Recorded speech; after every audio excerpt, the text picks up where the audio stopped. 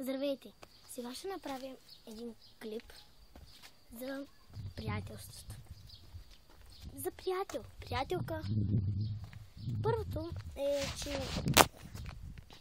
че трябва да сте доверени на вашите приятелки и винаги да им помагате в нужда.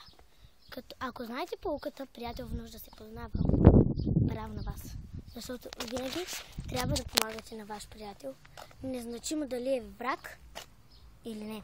Или просто сте ученик или по-голям. Помагайте, за да ви се върне доброто.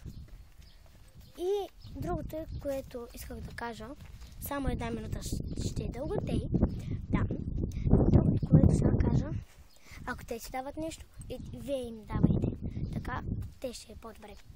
И просто исках да ви кажа това за приятелството и довиждане. Харесайте го, ако имате верен другар. Чао!